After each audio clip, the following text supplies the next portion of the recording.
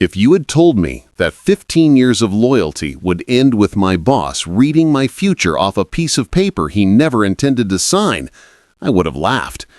Back then, I believed in the system. I believed in paying dues. I believed in stay patient, your time will come. But as I sat in the conference room that morning, facing a man who had built his entire identity on other people's work, I realized something. My time was never coming. Not in that building. Not under him. If you've ever been dismissed like that, tell me in the comments. And if you're new here, I'd be grateful if you subscribed to follow the full story. The clock read 8:47 a.m. when he walked in. Not a minute earlier, not a second later. That was the kind of man Harold Cray was. Punctual, polished, and poisonous. He shut the glass door, clicked his pen, and smiled with that infuriating tight-lipped grin he wore whenever he was about to disappoint someone and call it business. "Daniel," he said, smoothing his tie, "let's discuss the promotion." Promotion? The one I'd been promised in writing. The one I'd trained 2 juniors for. The one that had my name on it for the last 7 months. I straightened in my seat. I'd rehearsed this moment. My wife cheered for me that morning. My daughter had slipped a note into my bag that said, "Good luck, Daddy, today you win." But instead of handing me the contract, Harold placed a single sheet of paper between us. And then, with no hesitation, no remorse, not even a manufactured apology, he said the words that would burn themselves into my memory forever. "We've decided to cancel the promotion." I blinked. What? Harold, the board already approved it. Yes, they approved it, last quarter, but things change. My heart dropped. He wasn't even pretending to be sorry. "Things change?" I repeated quietly. He stood, walked to the window, and gave a dramatic sigh that would have made an actor jealous. "Listen," he said, "you've been here a long time. You're good at what you do. But we need fresh perspectives in leadership. New blood." New blood. I trained the new blood. I built their entire department structure. I fixed the mess from his incompetent nephew. I handled crises he ran from. "Fresh perspective," I said slowly. "You mean younger? Cheaper?" He shrugged, neither confirming nor denying, which meant confirming. "And my raise?" I asked. "Oh, that's off the table too," he said as casually as if he was talking about lunch orders. Budget constraints. Budget constraints. The same constraints that didn't apply when Harold bought himself a second vacation home 3 months ago. The same constraints that didn't stop him from approving a 12% salary increase for his golf buddy, Greg. I stared at him, feeling something inside me collapse, and then rebuild itself into something colder, straighter, sharper. "So that's it," I said. 15 years. And you're telling me this on the day I'm supposed to sign the final papers? Harold leaned forward with that patronizing father-to-child tone I despised. "Daniel, it's just business. Don't take it personally."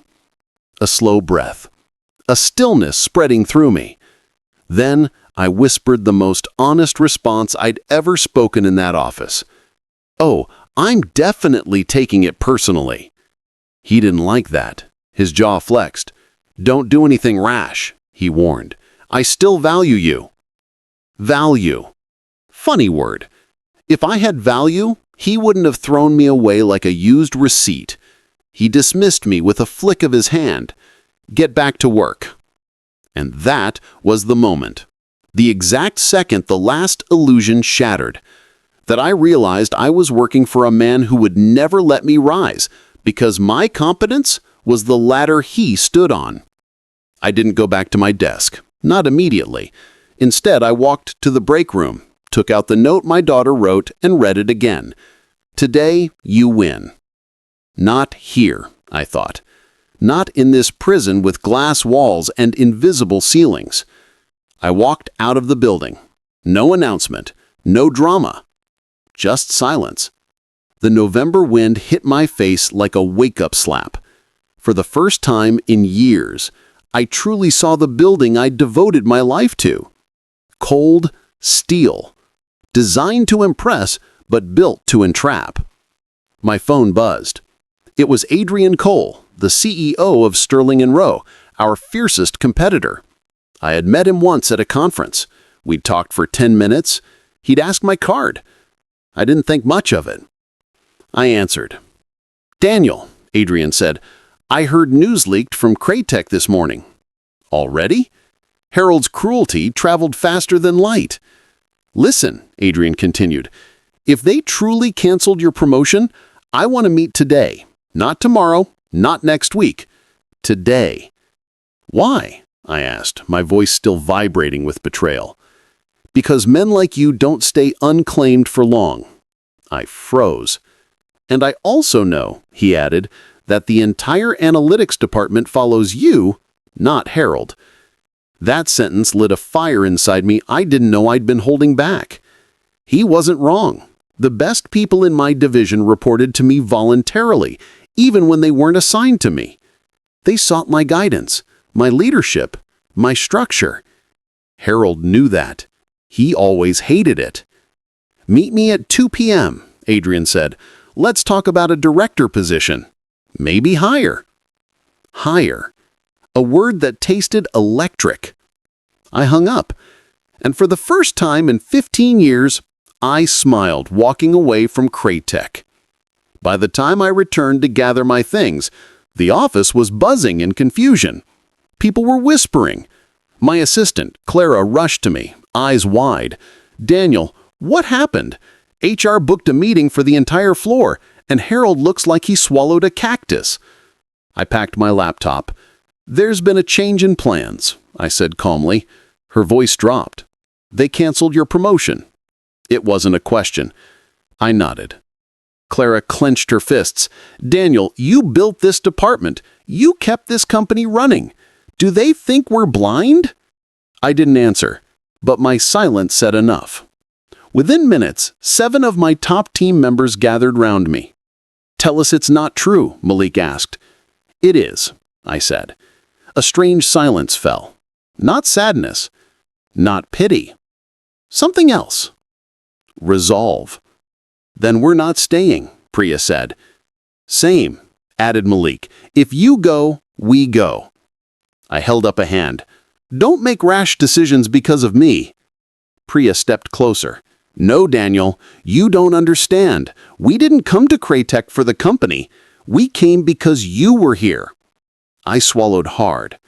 Their loyalty shook me more than Harold's betrayal. Before I could respond, Harold's scream echoed across the office. "What do you mean he's meeting with Sterling & Rowe?" Dead silence. Everyone looked at each other. He was yelling at someone on the phone, likely a board member. "He can't leave. If he leaves, we—" He stopped abruptly when he saw me.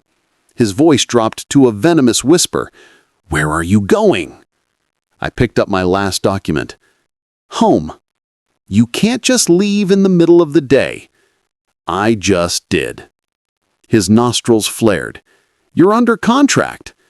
"No," I said softly. "You invalidated my contract the moment you canceled the promotion clause." And before he could regain control, I added, "Check with legal. They'll confirm it." He did check, and legal did confirm it. Harold's face drained of color. For the first time in a decade, I watched a man who thought he controlled the world realize he had miscalculated. And badly. What Harold didn't know, what he couldn't possibly know, was that canceling my promotion didn't just free me. It freed everyone who had been waiting for a reason to leave him. 15 years of being his safety net. 15 years of carrying departments he mismanaged. 15 years of keeping talented people from quitting. That day, all those years formed a single truth. When I walked out, his structure would collapse.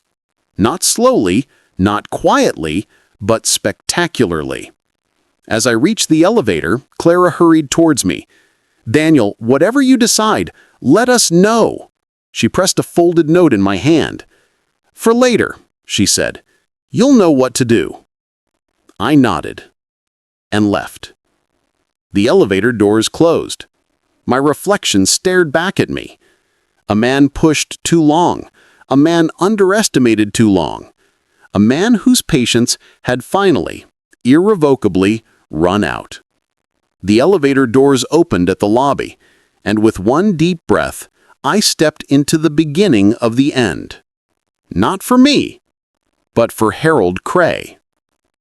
I sat in my car for a long moment after leaving Craytech. 15 years condensed into a tight knot in my chest. Anger, disbelief, betrayal, clarity.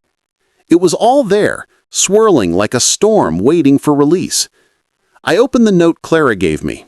Her handwriting was sharp, hurried. "When you rise, don't look back for permission. We're ready." I exhaled slowly. Ready. They had been ready long before I was. That realization stung more than Harold's betrayal. Sterling and Rowe was everything Craytech pretended to be. Modern, sleek, alive. The lobby alone felt like stepping into a future Harold didn't believe in. Warm lighting, clean architecture, and an atmosphere humming with confidence instead of fear. I checked in at the desk. "Mr. Cole is expecting you," the receptionist said. "Top floor." Top floor. Harold never let me above the 9th. A tall man in a navy suit opened the boardroom door the moment I reached it. "Daniel," he said with a warm, genuine smile. "Welcome." Adrian Cole was one of those CEOs who didn't need to announce his presence. He carried it effortlessly.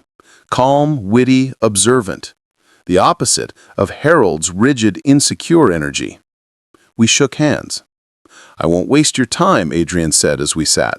"I've been following your work for years." That startled me. "My work? How?" "Your department's outcomes speak loudly. Efficiency spikes during crises, innovations that weren't credited properly, employee retention that the rest of Craytech fails to replicate. I pay attention to patterns." Patterns. Yes, I had seen them too, but Harold always insisted the board believed he was responsible. Adrian slid a folder across the table. "I'm offering you Director of Operations, effective immediately. Your starting salary is here," he tapped the document, "and it's nearly double what Craytech was paying you." Double! My hand froze on the folder. "And," he continued, "this comes with leadership authority over a team I'm building from scratch. You'll shape it, own it." I blinked at him. It felt surreal. After 15 years of being told to wait your turn, this was someone saying, "The turn is yours. Take it." I hesitated only once. "Why me?" I asked quietly. Adrian leaned forward. "Because you're the kind of leader people follow naturally, even when it costs them." I thought of Clara, Priya, Malik, the others. He wasn't wrong. Then he added, almost casually, "And I hear Craytech made a very stupid decision today." Stupidity in leadership is contagious. Intelligent employees will start leaving.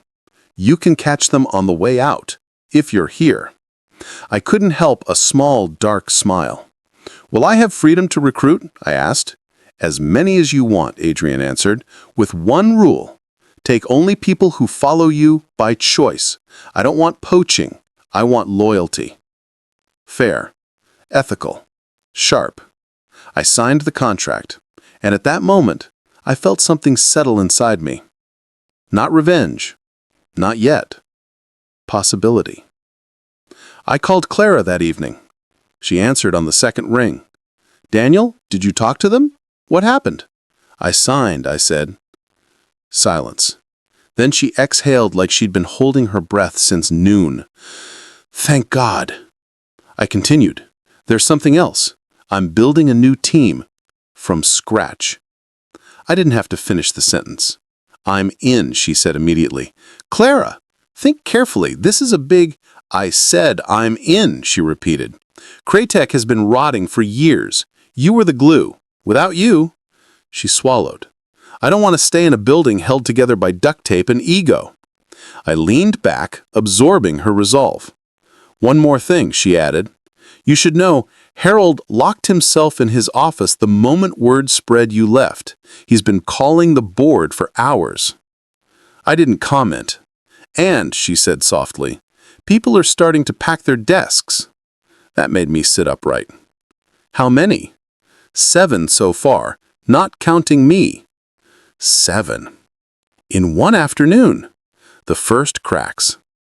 Clara, I said slowly, don't encourage anyone to leave.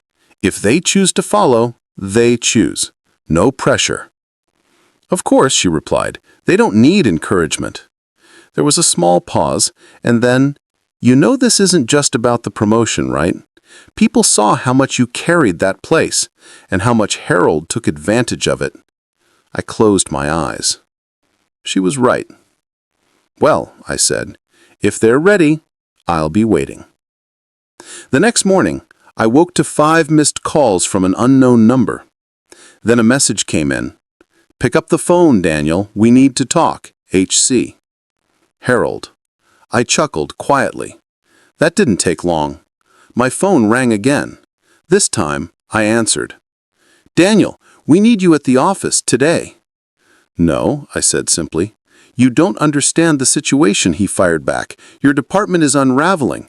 Projects are delayed. Clients are calling. No one is giving me straight answers.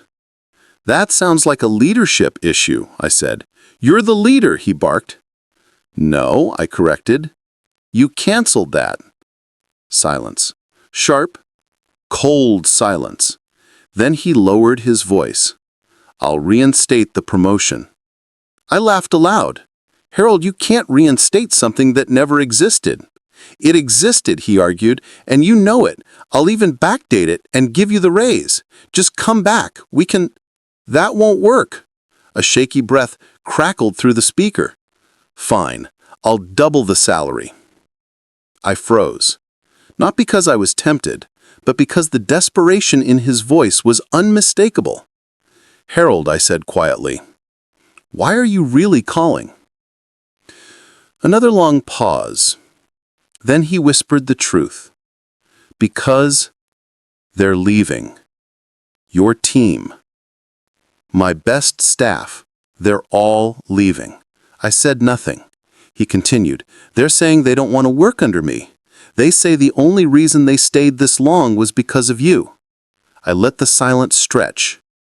Tell them to come back, he pleaded. Tell them I'll fix whatever needs fixing. I can't do that. You mean you won't, he snapped. No, I said. I mean I can't, because it's not about me. Harold, they're leaving because of how you treat people. They're leaving because you think leadership means being feared. It doesn't. He slammed something on his desk. You owe me, he roared. That made my jaw clench. I owe you? I repeated slowly. Yes, he drawled. I made you. I gave you a career. I laughed softly. A tired, sad laugh. No, Harold. You gave me a job. I built the career myself. And now, I'm building a future. He inhaled sharply. Are you working with Sterling and Rowe? I think you already know the answer. His voice dropped to a whisper, heavy with dread. If you take my people, Craytech will collapse. No, I said, you collapsed it. I'm just finally stepping out of the rubble. And I ended the call. Clara texted me at noon. Update. 19 people have submitted resignation letters. Harold looks like he's aged 10 years. My phone buzzed again. 3 managers are asking for your new office address. They say they want to work for a leader, not a dictator. More messages poured in. Daniel, I want to join you. Are you hiring? Please say yes. Wherever you go, I follow. Craytech is done without you. By the end of the day, 27 key staff had resigned, including all 3 senior analysts, 2 project managers, the entire data engineering team except 1 intern, Clara, Malik, Priya, and 4 team leads. This wasn't just a crack. This was an exodus, a quiet, decisive, unstoppable exodus, and Craytech suddenly realized They had never been built on Harold's leadership. They had been built on mine. And once I left, the whole foundation went with me. That night, I sat at my kitchen table, sipping tea as the house slept. My wife rubbed my shoulders from behind. "You look lighter," she said softly. "I feel lighter." "And Harold?" she asked. "He's panicking." "Good." I chuckled. She moved around to face me. "Daniel, I know revenge isn't your style, but justice?" She squeezed my hand. "You deserved this justice a long time ago." I looked at her. The woman who'd seen the long nights, the unpaid overtime, the emotional drain I never talked about. I said, "This isn't just about justice. It's about showing people what real leadership looks like." "That," she whispered, "is why they follow you." I leaned back and closed my eyes. Tomorrow, everything would change. For me, for the people who trusted me, and for the man who spent 15 years believing he could control my future. Because tomorrow, Adrian was announcing the new division we were building, and he wanted me standing beside him in front of the entire company. Craytech would hear about it within minutes, and that would be when the real collapse began. The next morning started quietly, eerily quietly. No storms, no alarms, no frantic calls, just stillness. But stillness is deceiving. Stillness is what happens right before a structure collapses. My phone buzzed once. A text from Adrian. Press conference at 11 a.m. Be here by 10:30. We announce together. My heartbeat kicked up. This was it. I dressed carefully. Nothing flashy, nothing loud. Just a charcoal suit, a dark tie, and the calmness of a man who had survived fire and finally stepped into clear air. As I left the house, my daughter handed me another note. "Daddy, go and show them who you are." Simple. Perfect. Sterling and Rowe's lobby was brighter than usual. Employees moved with an electric sort of energy, as if they sensed something big was coming, but had no idea what. When I entered the executive floor, Adrian greeted me with a broad smile. "Daniel," he said, clapping my shoulder. "Ready?" "As ready as I'll ever be." "We've already onboarded 9 people from your old team, more coming in today." "9?" I repeated. He laughed. "Oh, Daniel, word about you spreads faster than email. People are calling us, not the other way around." A warm sense of pride rose in my chest, subtle but powerful. "Let's get this done," Adrian said. He led me to a waiting room behind the stage. On the wall was a sleek digital screen that read, "Sterling and Rowe announces a new strategic division." And below it, featuring Daniel Hart, Director of Operations. My name. On the wall. Publicly. Openly. Something Harold had denied me for 15 years. I took a slow breath. "Do you know what's happening right now at Craytech?" I raised an eyebrow. "No." He grinned. "Oh, you're gonna love this." Meanwhile, across town, Craytech was in chaos. Phones were ringing non-stop. Teams were short-staffed. Clients were asking questions no one could answer. The analytics department was running at 40% workforce and dropping by the hour. Harold stormed through the office like a raging bull, knocking over chairs, slamming doors, barking names of employees who no longer worked there. "Where's Malik?" Resigned. "Where's Priya?" Left. "What about Claire? Where is Clara?" Also resigned.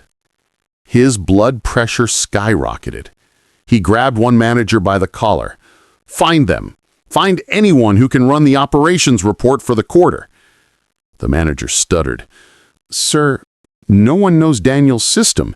He never documented it because, well, you always blocked him from—" "Don't say his name," Harold roared. Employees watched nervously. An intern whispered to another, "Is it true everyone followed Daniel?" "Not everyone, but the smart ones did." Harold heard that. He nearly fired the intern on the spot. Meanwhile, at the press conference, I could hear the chatter of the audience settling in. Journalists, industry leaders, board members, investors. The kind of people Harold always bragged about impressing, though most couldn't stand him. Adrian signaled me forward. "Before we go out there," he said quietly, "I want you to know something." I turned to him. "This isn't charity," he said. "This is an opportunity for the sake of optics. You're here because I've read every quarterly report Craytech has released for 10 years, and I know which improvements have your fingerprints." I swallowed. "You've been a director in everything but title for a long time, Daniel. Today, we fix what Craytech broke." The words settled in my chest like armor. Then he added, smirking, "And I hear Harold canceled your promotion this week? That mistake is about to become the most expensive one of his career." We walked on stage. Camera flashes exploded. The room erupted in applause. Adrian gestured to the podium. "Ladies and gentlemen, today marks a milestone for Sterling and Rowe. We're launching a new strategic operations division, one that will redefine efficiency, innovation, and client trust." He paused.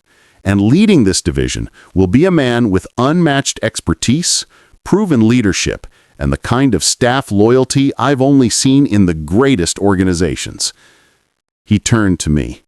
"Please welcome our new Director of Operations, Daniel Hart." Applause thundered. People rose to their feet. I stepped forward, blinking under the lights. This moment, this exact moment, was everything Harold feared I would one day receive. Recognition, respect, a platform. I cleared my throat. "Thank you," I began. "I spent 15 years building teams, solving crises, and protecting departments that were understaffed and overlooked. Many of you know what that feels like." Nods rippled across the crowd. "But people only thrive when leadership recognizes their worth. Today, I'm standing here because a company finally did." I let the words breathe. "And for everyone who believed in me long before I believed in myself, this division is for you." Applause again. Behind the cameras, I could see new faces, familiar ones, arriving one by one. Malik, Priya, 2 engineers, a project manager. They stood proudly at the back of the room, watching. They had followed me here by choice, not out of fear. When the announcement ended, reporters swarmed.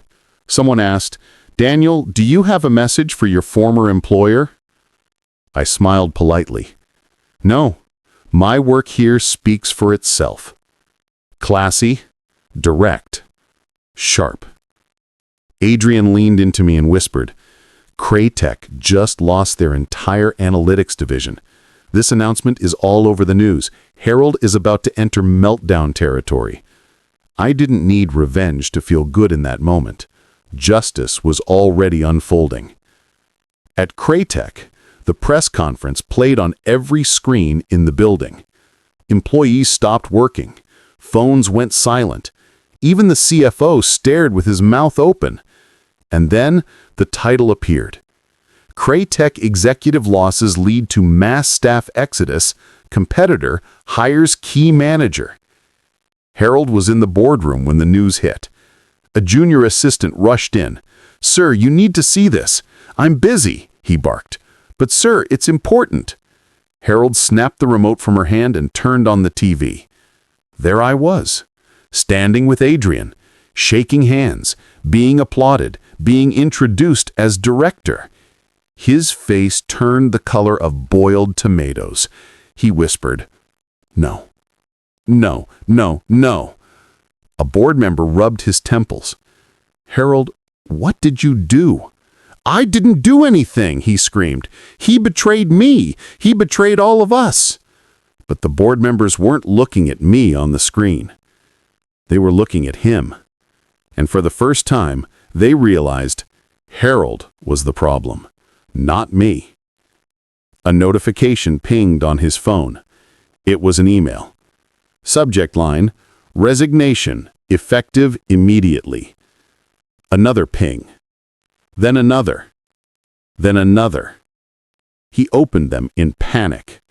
Malik, Priya, Clara, 7 managers, 3 senior engineers, 4 analysts, all citing variations of, "I no longer believe in the leadership at Craytech."